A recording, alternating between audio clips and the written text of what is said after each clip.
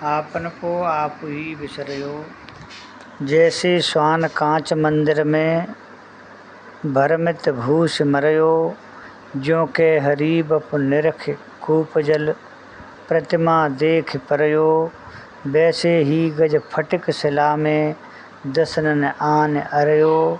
मरखट मूठ स्वाद नहीं बिहुरे घर घर रटत फिरयो।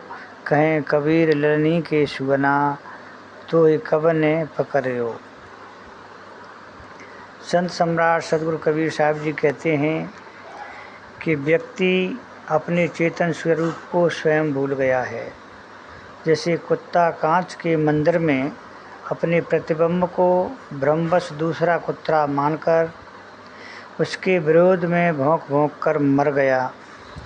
जैसे सिंह कुएं में पानी में अपनी प्रतिछाया देखकर तथा उसे अपना प्रतिद्वंदी मानकर उसे मारने के लिए कुएं में कूदकर मर गया।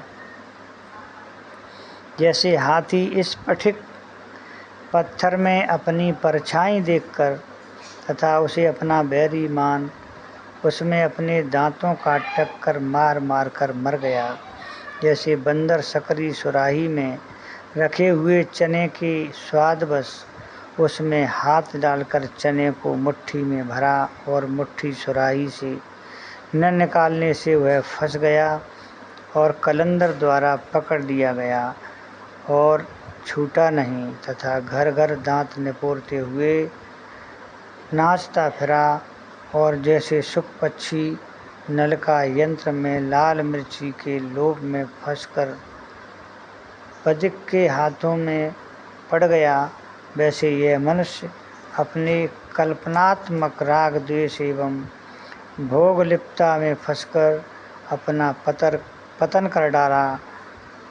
कबीर साहब कहते हैं कि हे नलिनी के सुगना, तुम्हें किसने पकड़ रखा है। वस्तुतः तू लोभ बस अपने आप को पकड़ा लिया है। सदगुरुदेव कहते हैं मनुष्य को भुलाने वाला अन्य न कोई भगवान है न शैतान। इसने स्वयं अपने अज्ञान से अपने चेतन स्वरूप को, अपनी आत्मा को एवं अपने आपा को भूल रखा है। इसलिए अपने स्वरूप को पहचानने के लिए हमें स्वयं अपनी ओर ध्यान केंद्रित करना पड़ेगा। यह जीव कैसे अपने आप को भूलकर कहीं न कहीं फंस जाता है, इसको समझने के लिए सदगुरु यहाँ 5 उदाहरण देते हैं। वे उदाहरण से कुत्ता, सिंह, हाथी, बंदर एवं सुख पक्षी के एक कुत्ता कांच के मंदिर में घुस गया। उसमें उसने अपना प्रतिबिंब देखा। उसे लगा यह दूसरा कुत्ता है। कुत्ते अपरिचित कुत्ते के शत्रु होते हैं।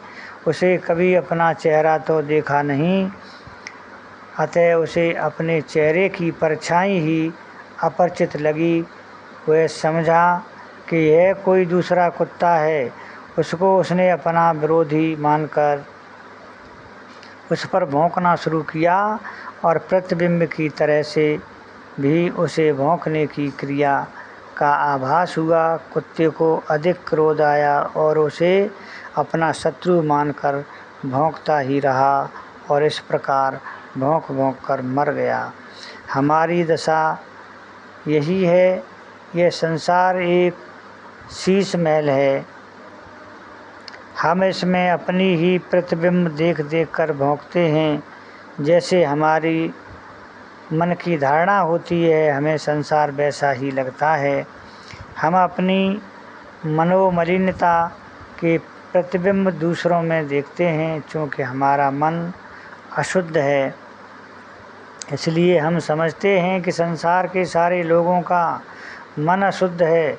हम अपनी आत्मा से अपरिचित हैं, इसलिए हम दूसरों में अपनी आत्मा को नहीं देख पाते। अर्थात हम यह नहीं समझ पाते कि सब जीव हमारे सजाती हैं।